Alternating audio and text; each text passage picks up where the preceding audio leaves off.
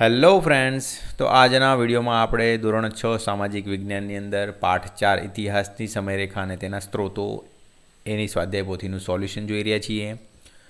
તો અહીંયા પહેલો પ્રશ્ન છે, નીચેના દરેક પ્રશ્નના ઉત્તર માટે આપેલા વિકલ્પોમાંથી સાચો વિકલ્પ શોધી તેનો ક્રમ અક્ષર પ્રશ્નની સામે આપેલા ચોરસમાં લખો.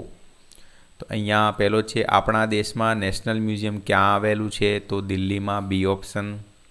પૃથ્વી પર કેટલા વર્ષો પહેલાં અગ્નિની શોધ થઈ હશે? તો એ ઓપ્શન આવશે 10 લાખ વર્ષ પહેલાં. વિશ્વભરમાં કયા કેલેન્ડરનો ઉપયોગ વધુ કરવામાં આવે છે? તો સી ગ્રેગોરિયનનો. 4 નંબર છે, પશ્ચિમમાં કેલેન્ડર સામાન્ય રીતે કોના જન્મ વર્ષથી શરૂ થાય છે? તો ડી ઈસુ ખ્રિસ્તના. ઈસુ ખ્રિસ્તના જન્મ પછીના સમયગાળાને અંગ્રેજી ભાષાની મિતાક્ષરીમાં કેવી રીતે ઓળખવામાં આવે છે? તો સી, એ અને બી બંને, મતલબ કે એડી અને સીઈ બંને. ઈસુ ખ્રિસ્તના જન્મ પછીના વર્ષોને લેટિન ભાષામાં સંક્ષિપ્ત સ્વરૂપમાં કઈ રીતે દર્શાવવામાં આવે છે, ઓળખવામાં આવે છે? તો એ એડી, જન્મ પછીના. અને ઈસુ ખ્રિસ્તના જન્મ વર્ષ પહેલાંના સમયગાળાને અંગ્રેજીમાં કેવી રીતે ઓળખવામાં આવે છે? તો એ ઓપ્શન બિફોર કોમન એરા, બીસીઈ. ઈસુના જન્મ પછીના સમયગાળાને ઓળખવા માટે હવે કઈ રીતે સૂચવવામાં આવે છે? તો બી ઓપ્શન સામાન્ય સંવત, સીઈ, જેને કોમન એરા પણ કહી શકાય. ડી કોઈ પણ 100 વર્ષના સમયગાળાને શું કહેવામાં આવે છે? તો આ તો એકદમ ઇઝી છે, સી. 9મો પ્રશ્ન, કોઈ પણ 100 વર્ષના સમયગાળાને શું કહેવામાં આવે છે? તો ડી સદી. આનુવંશિકતા, જેનેટિક્સ, એ કયા વિજ્ઞાનની શાખા છે? તો સી જીવવિજ્ઞાન. ડી શરૂઆતમાં આદિમાનવને કોના તરફથી અનેક પડકારોનો સામનો કરવો પડ્યો હતો? તો ડી કુદરત તરફથી. આદિમાનવે અનાજ ઉગાડવાની શરૂઆત ક્યારથી શરૂ કરી હતી? તો બી સ્થાયી જીવન શરૂ કર્યા બાદ. સ્થાયી જીવન બાદ આદિમાનવ સમૂહમાં કઈ જગ્યાએ રહેવા લાગ્યો હતો? તો એ ઓપ્શન આવશે નદી કિનારે. ધાતુઓના ઉપયોગની તકનિકની શરૂઆત કઈ ધાતુથી થઈ હતી? તો બી તાંબાથી. કરોડો વર્ષ પહેલાંના વૃક્ષો, પ્રાણીઓ અને માનવના અવશેષોનો અભ્યાસ કરનાર વ્યક્તિ કઈ રીતે ઓળખાય છે? તો બી જીવાશ્મ વિજ્ઞાન. બીજો પ્રશ્ન છે, યોગ્ય શબ્દો કે અંકો વડે નીચેના વિધાનો ખાલી જગ્યા પૂરો. એટલે પહેલું છે, ઇતિહાસની સમયે ગણનામાં ભારત 1947માં સ્વતંત્ર થયું હતું. તેને સંક્ષિપ્તમાં 1947 સીઈ તરીકે ઓળખવામાં આવે છે. ઇતિહાસમાં સમય ગણના માટે ગૌતમ બુદ્ધના જન્મ વર્ષને સંક્ષિપ્તમાં 560 બીસીઈ, બિફોર કોમન એરા તરીકે ઓળખવામાં આવે છે. સમયરેખા ચોક્કસ સમયગાળાને આવરી લેતા વર્ષો અને ઘટનાઓનો ક્રમ દર્શાવે છે. ગૌતમ બુદ્ધનો જન્મ મહાન અશોકની આગળ કે પાછળ થયો હતો તે સમયરેખાની મદદથી સારી રીતે જાણી શકાય છે. ઐતિહાસિક ઘટનાઓને તારીખ કે વર્ષ જોયા વિના પણ કયા ક્રમમાં બને છે તે સમયરેખાની મદદથી જાણી શકાય છે. દર વર્ષના સમયગાળાને દાયકો. 6 નંબર, 10 વર્ષના સમયગાળાને દાયકો કહેવામાં આવે છે. આપણો દેશ 20મી સદીના સમયગાળામાં આઝાદ થયો ગણાય. સહસ્ત્રાબ્દીમાં 1000 વર્ષનો સમયગાળો હોય છે, મિલેનિયમ જેને કહેવાય. મહિનાના દિવસો સાથે સંકળાયેલ ખગોળશાસ્ત્રીય આંકડાઓથી માહિતી આપનાર પુસ્તકને પંચાંગ કહે છે. વંશાવલી અને લોકવાયકા એ ઇતિહાસ જાણવાના સ્ત્રોતોમાં મૌખિક સ્ત્રોત ગણાય છે. હસ્તપ્રતો, સિક્કાઓ, સ્મારકો, આભૂષણો વગેરે ઇતિહાસ જાણવાના પુરાતત્વીય સ્ત્રોતો છે. કેવા છે? પુરાતત્વીય સ્ત્રોતો છે. માનવ સમાજ અને સંસ્કૃતિઓનું અધ્યયન કરનારને માનવ વિજ્ઞાનીઓ કહેવામાં આવે છે. હવે ખરા ખોટા જોઈશું. નીચેના વિધાનોમાંથી ખરા વિધાનો સામે ખરું અને ખોટા વિધાનો સામે ખોટાની નિશાની કરો. ભૂતકાળને સમજવાથી આપણને વર્તમાન વિશ્વને સમજવામાં મદદ મળશે, તો સાચી વાત છે. ભૂસ્તરશાસ્ત્રીઓ પૃથ્વીના ભૌતિક સ્વરૂપોનો અભ્યાસ કરે છે. સાચું. દરેક સમાજ અને સંસ્કૃતિની સમયની ગણતરી કરવાની પદ્ધતિ સરખી હોય છે. ખોટું. પશ્ચિમમાં કેલેન્ડર સામાન્ય રીતે ગૌતમ બુદ્ધના જન્મ વર્ષથી શરૂ થાય છે. ખોટું. વિશ્વભરમાં યહૂદી કેલેન્ડરનો ઉપયોગ કરવામાં આવે છે. ખોટું. સામાન્ય સંવત પૂર્વને ટૂંકમાં BCE તરીકે સૂચવવામાં આવે છે. સાચું. શરૂઆતથી જ આદિમાનવ સમૂહમાં સ્થાયી જીવન જીવતો હતો. ખોટું. ભટકતું જીવન જીવતો હતો પહેલાંના જમાનામાં. આદિમાનવો જીવવા માટે ખાદ્ય, છોડ અને ફળોનો સંગ્રહ તેમજ શિકાર પર નિર્ભર હતા. સાચું. પથ્થરની સુધારેલ કુહાડીઓ, અણીદાર તીર અને અન્ય સાધનોનો નિર્માણથી આદિમાનવનું જીવન સરળ બન્યું હતું. સાચું. આપણને 20મી સદીના મધ્યમાં આઝાદી મળી હતી. સાચું. સામાન્ય સંવત પૂર્વેની બીજી સદીનો સમયગાળો એટલે 300 BCE થી 201 BCE ગણી શકાય. ખોટું. એક સમયે પૃથ્વી ખૂબ ઠંડી હતી, તેથી તે સમયને પાષાણ યુગ કહે છે. ખોટું. પથ્થરનો યુગ હતો એટલે પાષાણ યુગ કહેવાય છે. હિમયુગ આઈસ એજ લગભગ 5000 વર્ષ અગાઉથી 2000 વર્ષ પૂર્વે સુધી ચાલ્યો હશે. ખોટું. જીવવા યોગ્ય પરિસ્થિતિમાં સુધારો થતાં માનવે એક સ્થળે વસવાટ કરવાનું શરૂ કર્યું. સાચું. જેમ જેમ સમય પસાર થયો તેમ તેમ પલ્લી નાના ગામો મોટા ગામોમાં ફેરવાઈ ગયા. સાચું. તો અહીંયા બંધ બેસતા જોડકા જોડવાના છે. ઉત્તરના ખાનામાં વિભાગ બનો ક્રમાંક લખો. આપણા ભૂતકાળનું અધ્યયન એટલે ઇતિહાસ. 1માં 5 આવશે. સમયનો નિશ્ચિત કાલખંડ એટલે કે યુગ. વિશ્વભરમાં વપરાતું કેલેન્ડર 3માં આવશે ગ્રેગોરિયન. સ્થળ, વ્યક્તિ, લખાણ કે વસ્તુમાંથી ભૂતકાળ જાણવા મળે તે, તો એમાં આવશે ઇતિહાસના સ્ત્રોત. એક નાની વસાહત કે નાનું ગામ, તો એમાં આવશે 6 પલ્લી. પ્રશ્ન 5. નીચેના પ્રશ્નોના ઉત્તર 1-2 વાક્યોમાં લખો. ભૂસ્તરશાસ્ત્રી કોને કહેવામાં આવે છે? તો પૃથ્વીના ભૌતિક સ્વરૂપો જેવા કે માટી, પર્વતો, ટેકરીઓ અને નદીઓ, પથ્થરો, મહાસાગરો તેમજ પૃથ્વીના અન્ય ભાગોનો અભ્યાસ કરનારને ભૂસ્તરશાસ્ત્રી કહેવામાં આવે છે.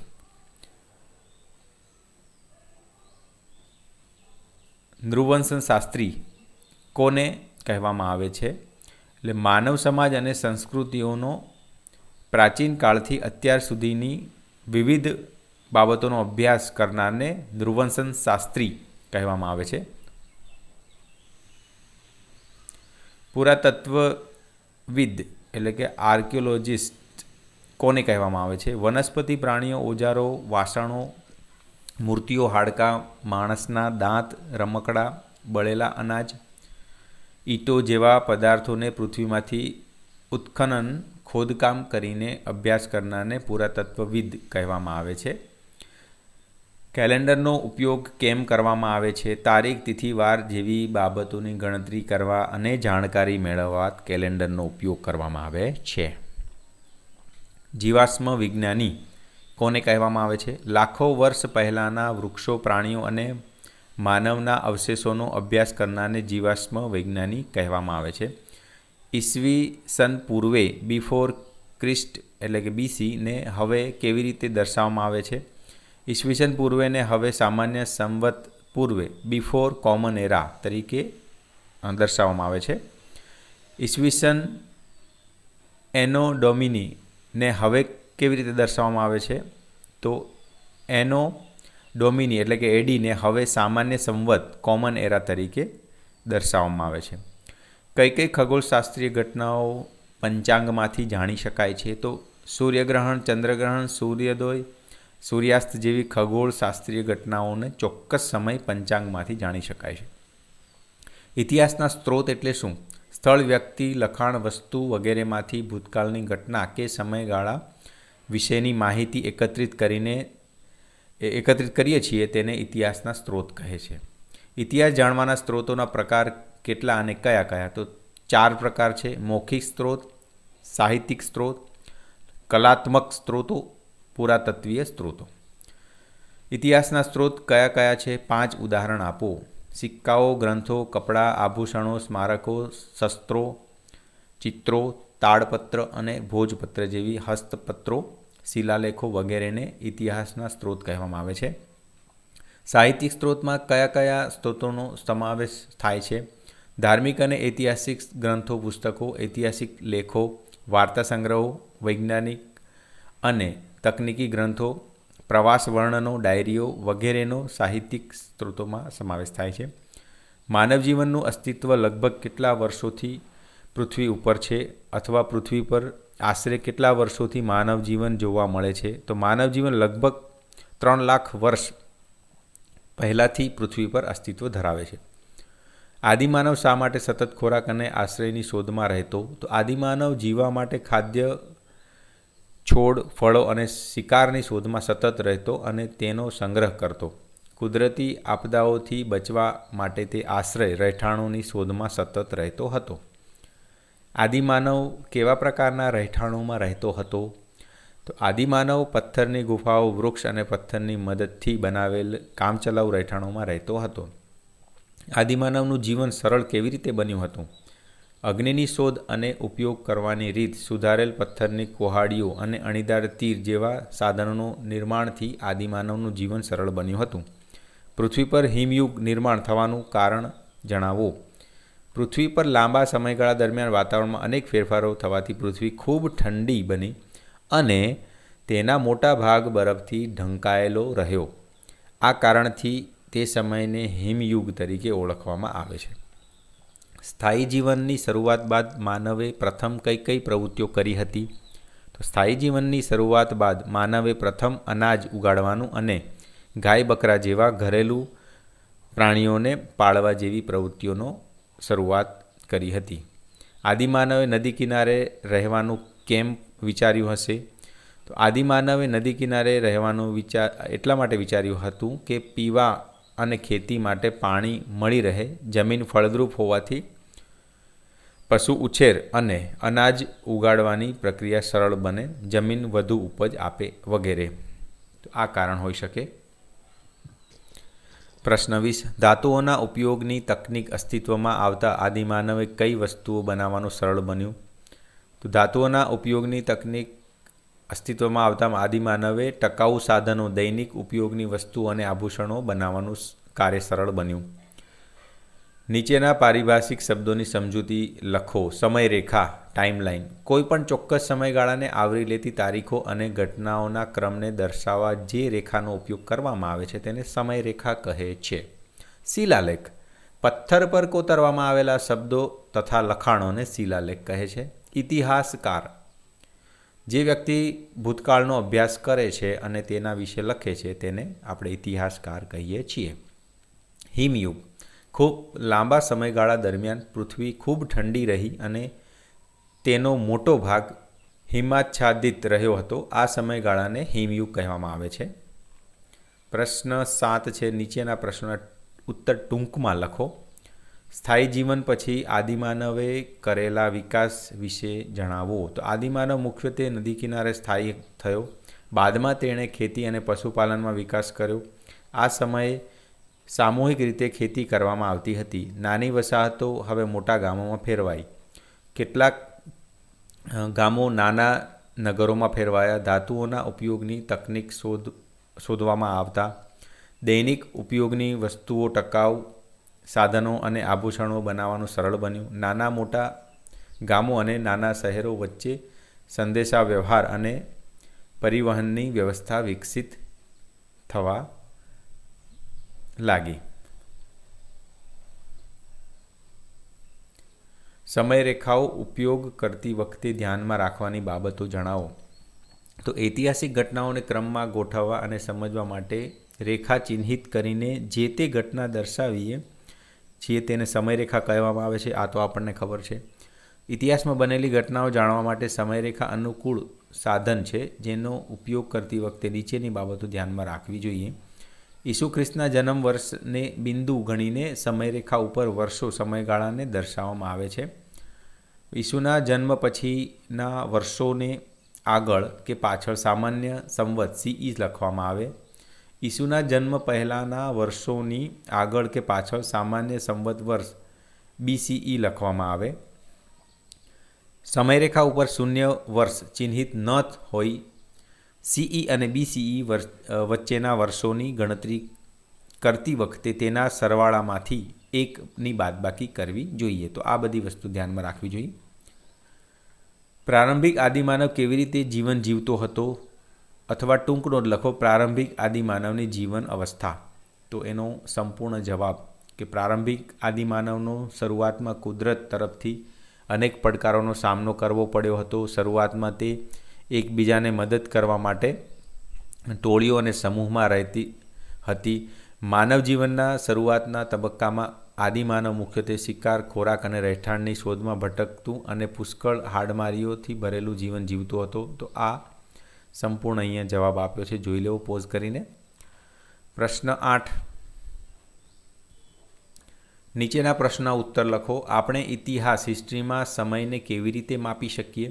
તો સામાન્ય રીતે ઐતિહાસિક સમયને સમયરેખા પર ચિહ્નિત કરીને માપવામાં આવે છે. દરેક સમાજ અને સંસ્કૃતિની સમયની ગણતરી કરવાની પદ્ધતિ અલગ હોય છે. સમયરેખા ઐતિહાસિક સમય માપવાનું એક અનુકૂળ સાધન છે. કોઈ ચોક્કસ વ્યક્તિના જન્મ અથવા શાસકના શાસનની શરૂઆત જેવી ઘટનાઓને બિંદુ માનીને નવા યુગની શરૂઆત માનવામાં આવે છે. આવા યુગમાં કેટલાક કેલેન્ડરની શરૂઆત તે બિંદુથી કરવામાં આવે છે. જેમ કે પશ્ચિમમાં ગ્રેગોરિયન કેલેન્ડરની શરૂઆત ઈસુ ખ્રિસ્તના જન્મ વર્ષથી થાય છે. એટલે આ બિંદુથી વર્ષોની ગણતરી સમયરેખા ઉપર કરવામાં આવે છે. સમયરેખા પર જમણી બાજુ ઈસુ ખ્રિસ્તના જન્મ વર્ષ પછીના વર્ષોની ગણતરી માટેના સમયને CE તરીકે ઓળખવામાં આવે છે. અને ઈસુ ખ્રિસ્તના જન્મ વર્ષ પહેલાંના સમયને BCE તરીકે ઓળખવામાં આવે છે. અહીંયા જુઓ, આ રીતે સમયરેખા દોરી તેના ઉપર ચિહ્નિત કરેલા વર્ષના બિંદુઓના આધારે જે તે સમયના ગણતરી કરવામાં આવે છે. જેમ કે અહીંયા જુઓ, આ એક સમયરેખાનું ઉદાહરણ અહીંયા આપ્યું છે એક આકૃતિ દોરીને. તો અહીંયા જો 560 BCE ગૌતમ બુદ્ધનું જન્મ વર્ષ, પછી અહીંયા આગળ આવ્યા તો ઈસુ ખ્રિસ્તનું જન્મ વર્ષ CE. હવે આગળ આવ્યા તો પાછા ગુપ્ત યુગની શરૂઆત 320 CE. તો આ રીતના અલગ અલગ તમે દર્શાવી શકો. ઇતિહાસ સમજવામાં વિવિધ સ્ત્રોતો આપણને કેવી રીતે મદદ કરી શકે? તો ઇતિહાસ જાણવાની વિવિધ સ્ત્રોતો છે, જેને 4 ભાગમાં વહેંચી શકાય. મૌખિક સ્ત્રોતો, સાહિત્યિક સ્ત્રોતો, કલાત્મક સ્ત્રોતો અને પુરાતત્વીય સ્ત્રોતો. આ સ્ત્રોતો આપણને ઇતિહાસ સમજવામાં નીચે મુજબ ઉપયોગી છે. ભૂતકાળના શાસકો, તેમના સ્થાપત્યો, તેમની શાસન વ્યવસ્થા વિશેની માહિતી જાણવામાં. તો આ રીતના ઐતિહાસિક ગ્રંથો, શિલાલેખો, તામ્રપત્રો, આભૂષણો, સ્થાપત્યો જેવા સ્ત્રોતો મદદ કરે છે.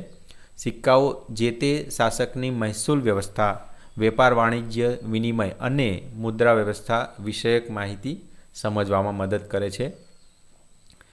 શૈલચિત્રો, ચિત્રકલા, પોશાક, આભૂષણો, રમકડા જેવા સ્ત્રોતો જે તે સમયના સમાજ જીવન અને લોકજીવન વિશે માહિતી જાણવામાં મદદ કરે છે. તો આ રીતના બીજા પણ સ્ત્રોતો છે, જેવા કે ભોજપત્રો, તાડપત્રો, તામ્રપત્રો, પ્રવાસ વર્ણનો, ઐતિહાસિક ગ્રંથો, ધાતુકલા, શિલ્પકલા, મૂર્તિઓ, પુરાતન અવશેષો વગેરે જેવા સ્ત્રોતોને આપણે જો વૈજ્ઞાનિક દૃષ્ટિકોણથી તર્કબદ્ધ રીતે અભ્યાસ કરીએ તો ઇતિહાસ સમજવા મદદરૂપ બને છે. ભૂતકાળને સમજવાથી આપણને વર્તમાન વિષયને સમજવામાં કેવી રીતે મદદ મળશે?